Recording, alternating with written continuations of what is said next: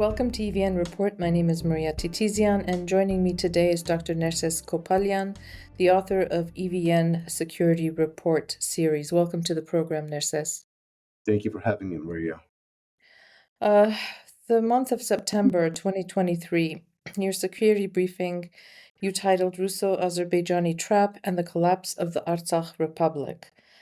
Now, for our listeners, I think we should do a quick recap of what the situation is. We started these security briefings last September when Azerbaijan launched a massive, large-scale attack against the sovereign Republic of Armenia. And this month, on September 19, Azerbaijani armed forces launched an assault against Nagorno-Karabakh, Artsakh. 24 hours later, a ceasefire agreement was reached, which stipulated that the Artsakh Defense Army would be disbanded. And on September 24, the Lachin corridor that had been blocked for almost 10 months since December of 2022 was opened, and we saw a mass exodus of the population of Nagorno-Karabakh. And today, just over 100,000 people have already crossed into the Republic of Armenia. And then there were a series of meetings, and the president of Artsakh, Samuel Shahramanyan, signed a decree saying that all state institutions and organizations would be shut down, and by January 1, 2024, the Nagorno-Karabakh Republic would cease to exist. Right now, Armenia is facing a humanitarian crisis with over 100,000 refugees in the country, and the cities and towns of Artsakh are now depopulated. You write about this Russo-Azerbaijani trap. Could you please expand on what you mean by this trap? And as a follow-up question, you will probably address this. When did Russia stop being our security guarantor? Well, the concepts and developments are interconnected. Russia, in reality, stopped being our security guarantor in 2016. This became very obvious to us. Internally, we don't know if they were ever our security guarantor, considering the way that they've been behaving towards Azerbaijan and the way that they've been denying anything of substance to Armenia within the realm of security. So we could, to a large extent, based on the extent data that we have, assume that it was all basically lip service that yet Russia utilized as security guarantor to simply keep Armenia in a structured dependence. But yet when push came to shove and Russia had to act, they didn't. And they did everything possible to justify their inaction. In that context, Russia no longer served as Armenia's guarantor or ally, but rather worked against the interests of Armenia. So those developments basically produced the volatile security environment and the severe security dilemma that Armenia faced. From that lens, we see that Russia's position in 2020 and Russia's position post February 2022, after the invasion of Ukraine, fundamentally changed in the South Caucasus. So in 2020, it was pretty obvious that Russia had every intention of utilizing the November 9 trilateral statement on the ceasefire with the mandate that it gave its peacekeepers to establish for itself another presence, a boots on the ground logic, where which it could further control the conflict between the two parties and thus have a presence in Nagorno-Karabakh, which would both enhance the dependency of Armenia because Russia would be the only source of security for the Armenian population, since the Armenian state, Republic of Armenia, was removed from the process. And Russia did encourage the removal of all Armenian troops and Armenian weaponry from Nagorno-Karabakh because they said we're assuming responsibility. At the same time, by having force on the ground, Russia's assumption was that they will also have leverage against Azerbaijan, and therefore, even within the logic of territorial integrity, which Russia agreed to and Azerbaijan accepted, Russians would have troops within quote-unquote Azerbaijan proper. So in that context, 2020, the dynamics were as such. After the 2022 February invasion of Ukraine and the severe setbacks that Russia struggled, and noting that the entirety of Russia's resources have been basically applied to the front lines in Ukraine, Russia's influence, resources, and capacities in the South Caucasus exponentially deteriorated.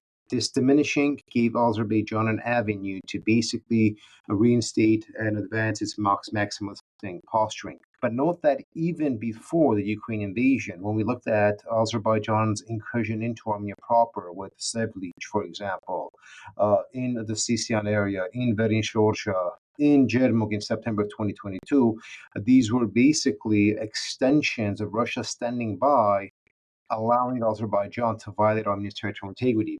So the pattern was quite clear. But what we saw is that Russia's influence fundamentally declined after the failures that we saw in the Ukraine invasion and the allocation of resources. With those developments, Russia needed to basically reestablish its interest to enhance the authoritarian orbit in the South Caucasus. And this is where the establishment of the Russo-Azerbaijani axis was developed.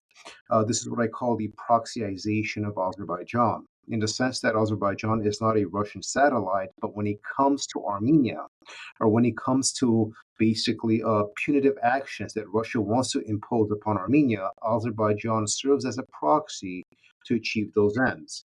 And so, proxyization process fundamentally created a situation where Armenia's strategic interests were no longer aligned with Russia's because Russia had abandoned all of its responsibilities towards Armenia. And to keep Armenia within its orbit, Russia's objective was to deteriorate the security situation to such an extent that Armenia would have no other option but to crawl back to Russia.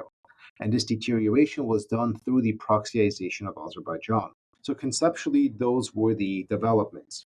And now we come to Nagorno-Karabakh. Well, what happened with Karabakh is quite complicated in the sense that Russia had realized it had lost Armenia, it had lost Yerevan. Russia no longer has political influence or leverage against Yerevan. And so it played the only card that it has, which has been a Nagorno-Karabakh card since the 90s.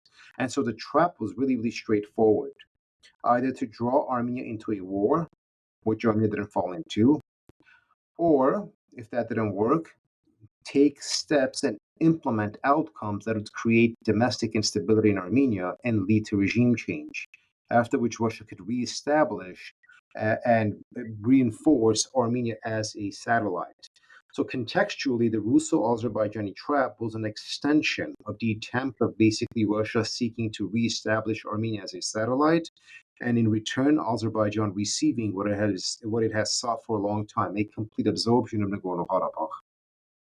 We also saw what some are calling now a coup in the leadership in Artsakh, where Arayk Harutyunyan decided to resign.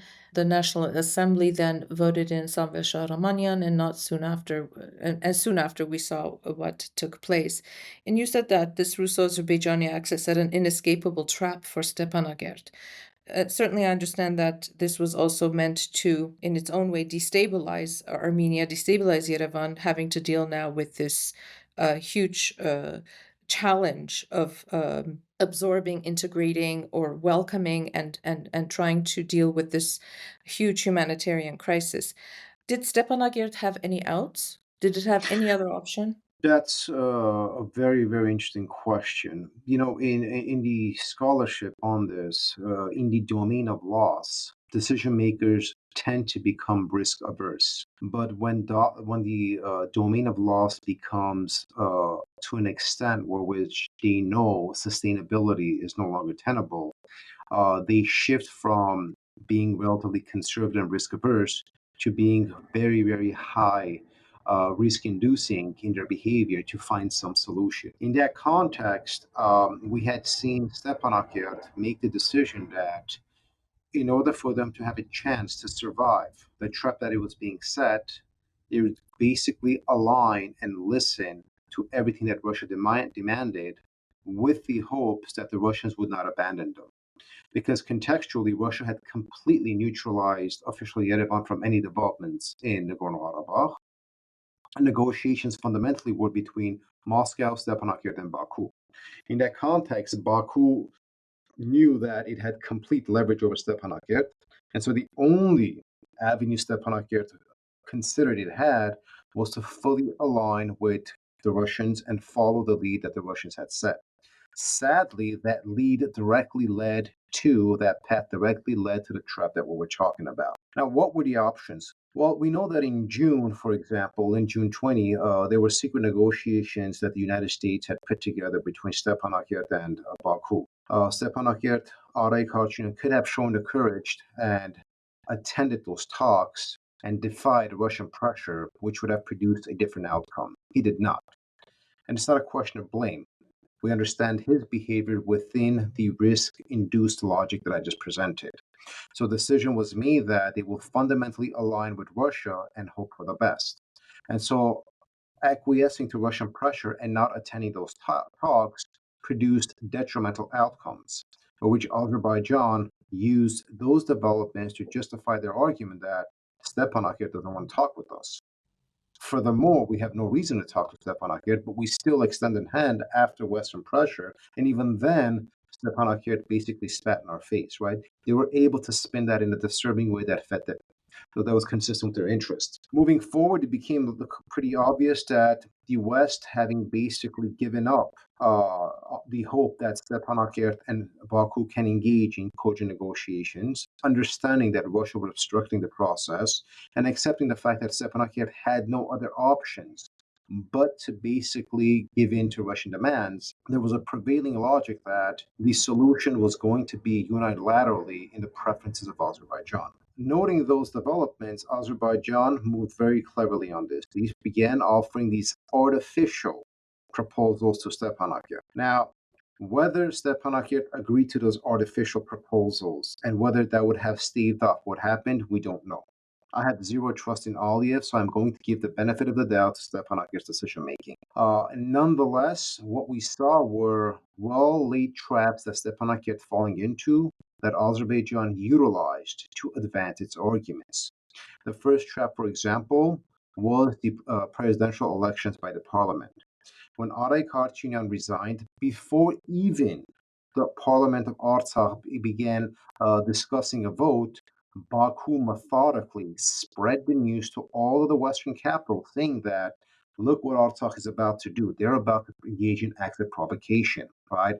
In this severe situation, if Artsakh does this, they're basically seeking to derail the negotiation process and thus force us to use military means.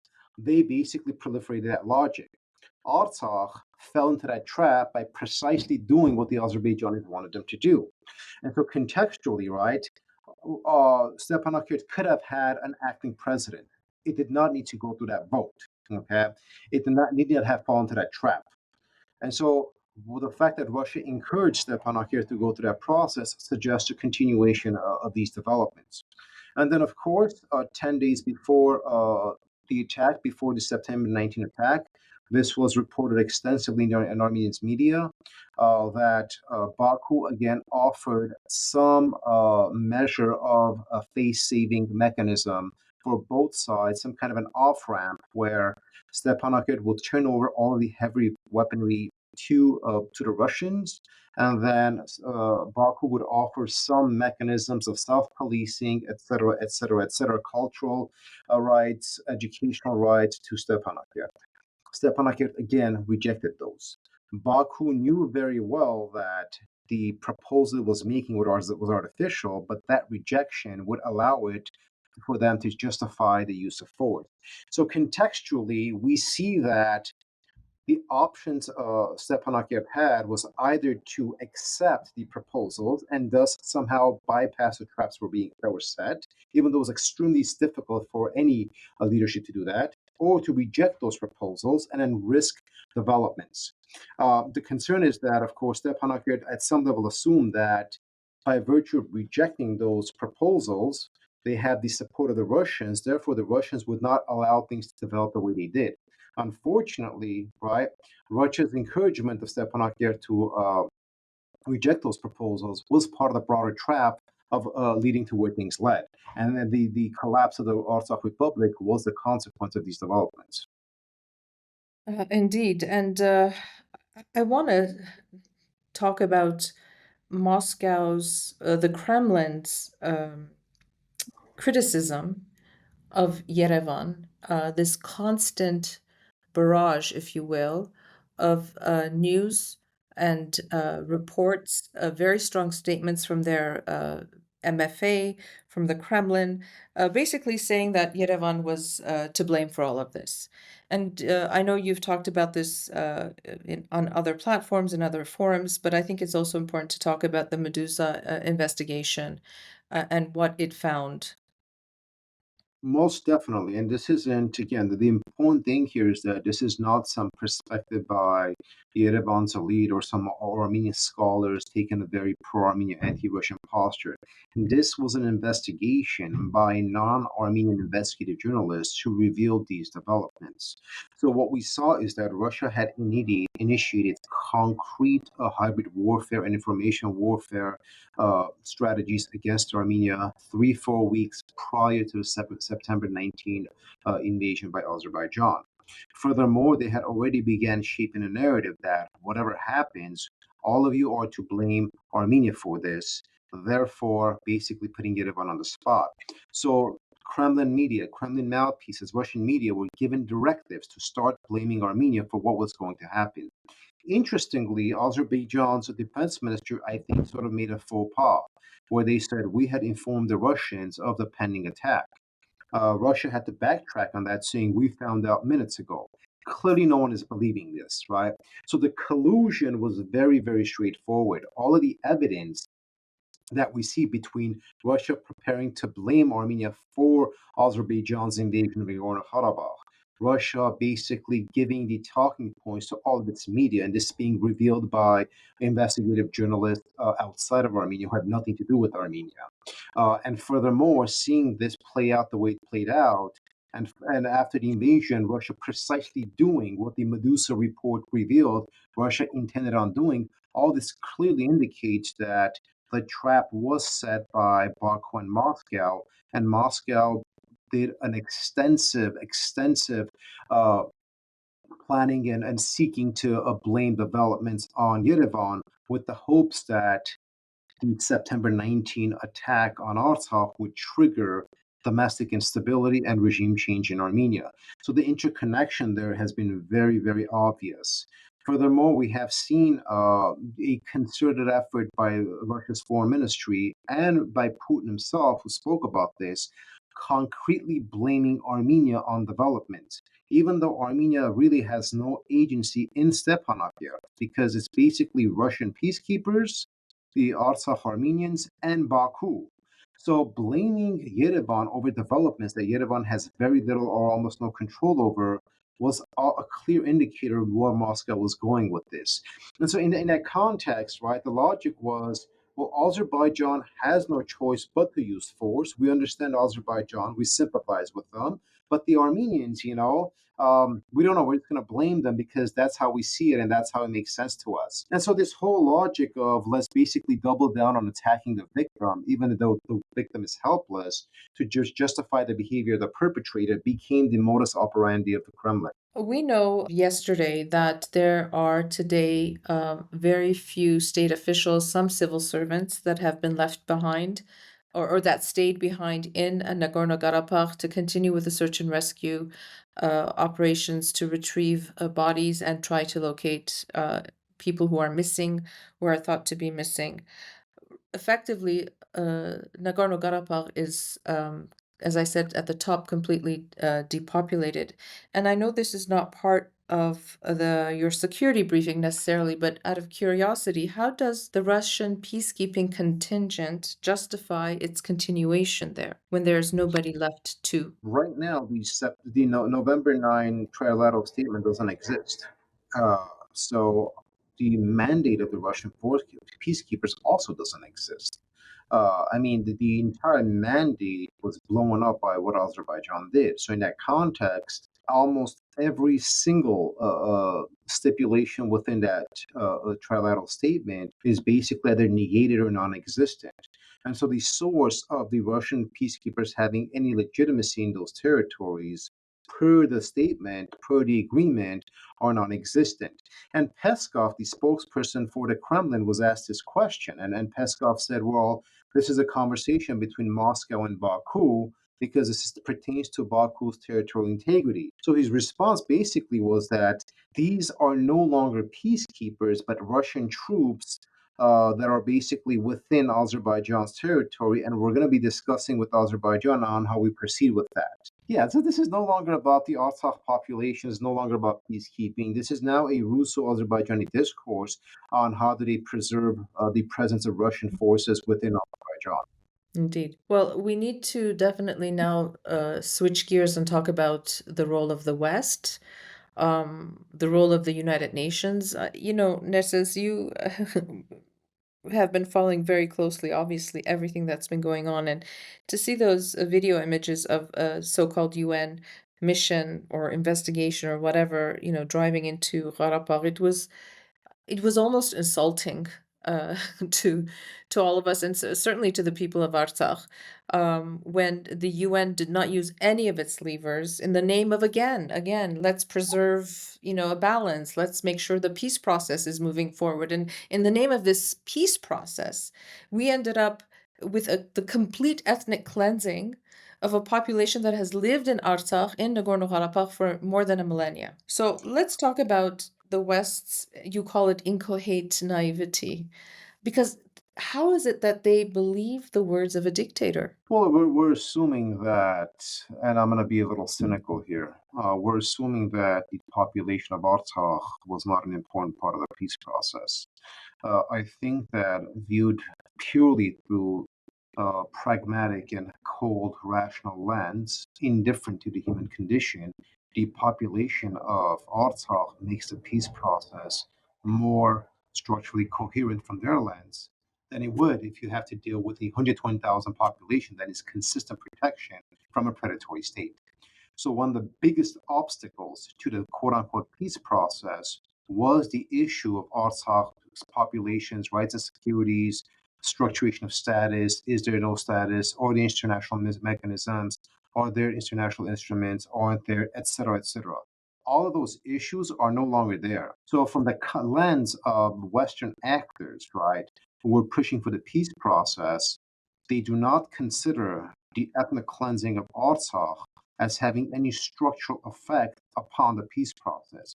Rather, they view it as an important obstacle that has been removed, for which there was no solution because the two sides were so diametrically opposed. So we have to be honest about that, as disturbing as that is to us. As far as the United Nations is concerned, I think there's a misunderstanding on the efficacy or the potency of the UN. UN really is not a very effective body, considering the fact that powerful nations in that body are only able to be active when there's consensus. And it was very clear that Russia from the start was working against Armenia's interests and giving Baku political capital.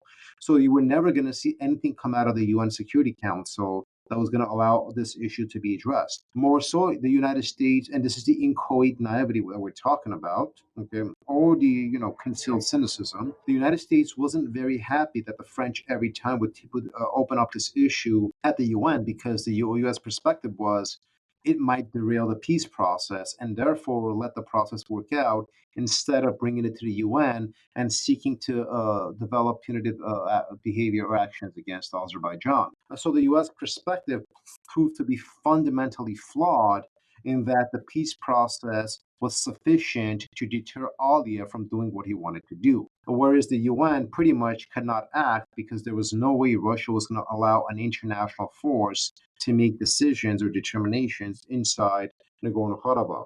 So these were the development. Now you said, you noted that these UN observation mission or whatever it was that came in, their presence is an insult. One can argue it's more than an insult because if you observe the makeup of that UN mission, it's basically handpicked by Azerbaijan. What you have in that mission are basically accredited representatives from Pakistan, Turkey, Russia, Albania, countries that are aligned with Azerbaijan. So while they may be UN workers, it's kind of ridiculous that the UN mission is structured through the preference of the given state that's allowing them in. I mean, it reeks of serious ethical and intellectually inconsistent development, where whatever is produced by this UN observation body is going to have serious questions of objectivity and credibility.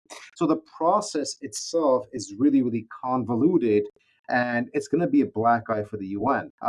But again, at this point, what we're seeing is the UN trying to engage in some kind of face-saving behavior, okay? And the West trying to basically make the following posture that as long as the 120,000 people were safely removed to Armenia, the territorial configuration is secondary. Therefore, mass death or genocide was avoided. So Aliyev gets the benefit of the doubt in the sense that, well, he didn't get to massacre these people.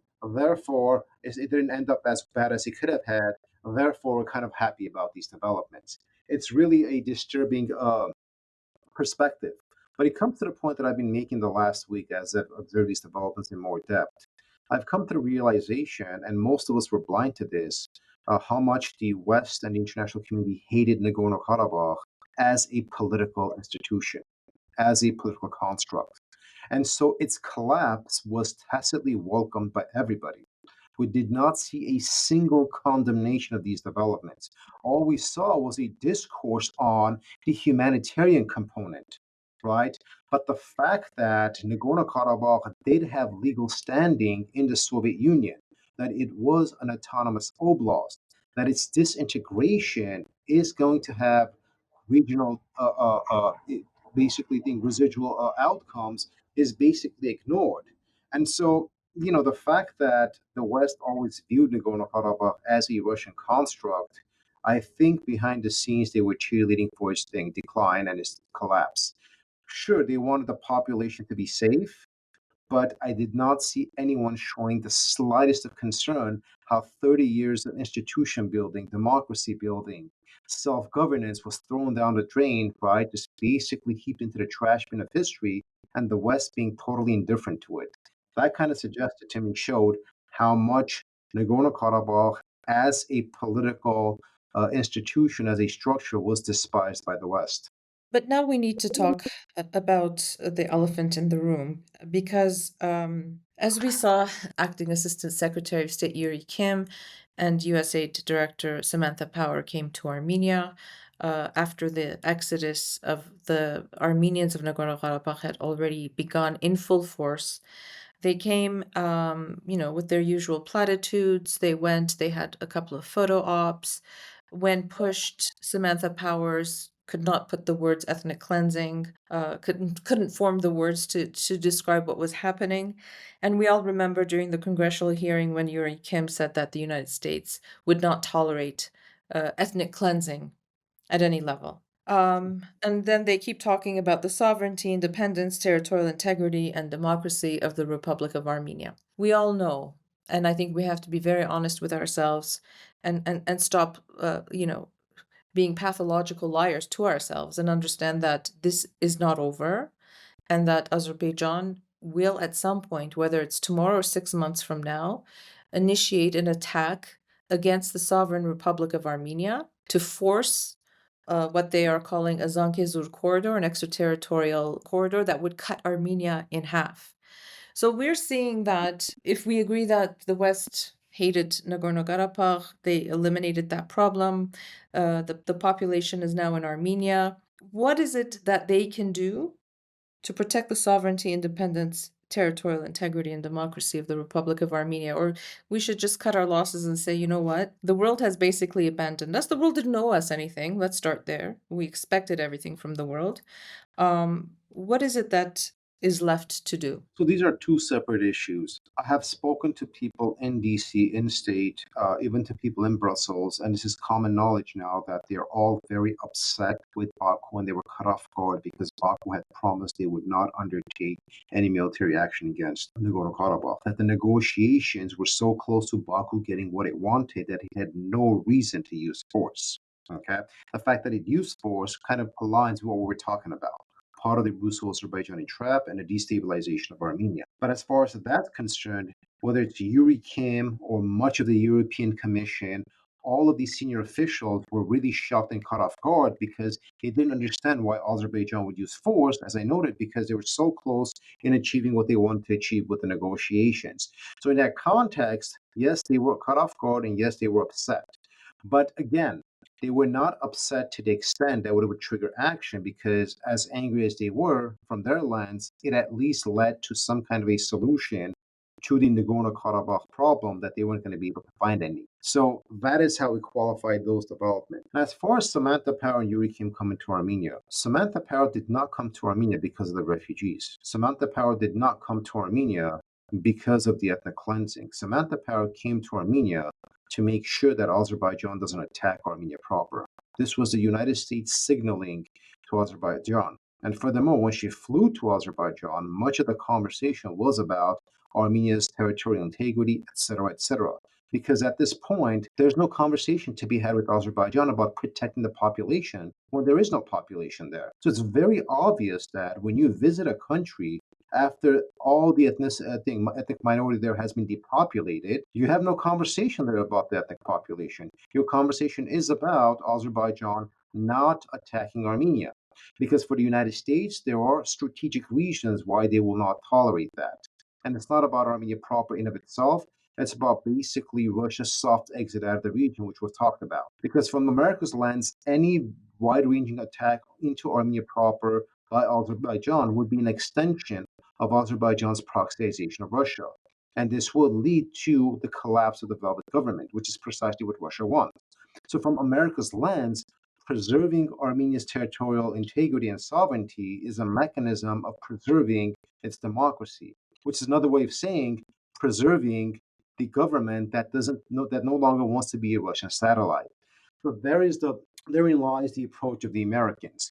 So in that context, of course, Samantha Power wasn't going to use the term ethnic cleansing because if she did, that would force the United States to take action. Okay, it would force the United States to have to take some punitive actions against Azerbaijan. But that's not why she came to Armenia. We need to understand that. So the whole refugee crisis, the ethnic cleansing, the depopulation, the West is over that. Right now, what you're seeing basically is some kind of an attempt to cover up for their failures and then overcompensate on the discourse about protecting Armenia and Armenia's sovereignty. So you are going to see an overcompensation on that by virtue of their failures when it came to Nagorno-Karabakh. But Nerses, the West clearly saw that sitting down with a dictator, let's call him, for lack of another word, who did not keep his word, right? Who made promises, who did not have to resort to the kind of violence that we saw, to the entire ethnic cleansing. What guarantees do they have in the absence of deterrence, in the absence of punitive measures, to deter Baku, Aliyev, from attacking Armenia? It's fine to say all of these things and to open a consulate, the French opened a consulate in Goris, and for the Iranians to do that and everything. But at the end of the day, Aliyev has a proven track record of doing what Aliyev wants. So here's an interesting thing: as far as the Western figures, decision makers, and foreign policy elite are concerned, they actually were making the argument that Aliyev has always stayed consistent with his word. This is why they were so caught off guard with what happened on September 19th. Because in the past, Aliyev, for example, according to a lot of their arguments, has never promised something and not done it. If he's done something, he's basically kind of hinted at the West that these are my options and I reserve the right to do it. But he's never promised he won't do it. But with the use of force in Artsakh, most people most decision makers in the foreign policy establishments are making the point that he did promise he would not use force. So, to answer your question, from the lens of these Western observers and decision makers, this is actually the first time that Aliyev has broken his word. That's why they were so livid. But it comes back to your point, which is well taken. How do you take a despot for their word? It's a matter of time before he breaks it. So, in that context, when we're now talking about the Republic of Armenia, we've reached the rationale that doesn't matter what promises Aliyev gives, right? The West cannot believe him. So to address that, what other mechanisms or steps is the West taking? So in that context, right, it is incumbent upon both the Republic of Armenia's foreign policy leadership, its diplomacy, and all supporters of Armenia to make the point that there is precedent where Aliyev has given his word not to use force and has used it in such a level that it has led to severe human rights crimes, violations of international humanitarian law. And these are war crimes. And so in that context, right, where in the past the West viewed Aliyev as a credible despot, right now that has been punctured. And that is going to play a big role in convincing the West that Aliyev's word cannot be taken at any level as a source of credibility when it comes to the territorial integrity of Armenia. Nerses, final question, maybe a complex question, but it needs to be asked. You have said many times, and we acknowledge this, that after the 2020 44-day war, when Armenia suffered the catastrophic defeat that it did, when its armed forces were heavily impacted, not to say decimated, that with the November 9 trilateral statement, the Russian peacekeepers were deployed to protect the rights and security of the people of Artsakh, and that Armenia did not have agency when it came to what was taking place in Nagorno-Karabakh. Today, the issue has shifted. Today, the issue remains the sovereignty, the protection of the borders of the Republic of Armenia. And we have seen certainly that Armenia's foreign ministry has been very active in its in its diplomacy, and I'm sure there are things that are happening in the back channels that we don't oftentimes see. I'm sure that because the defense ministry is very opaque, there are hopefully reforms being made, changes being made, improvements being implemented. Is Armenia's government capable today of navigating this very complex and very dangerous situation that we find ourselves in? That is an excellent question, Maria.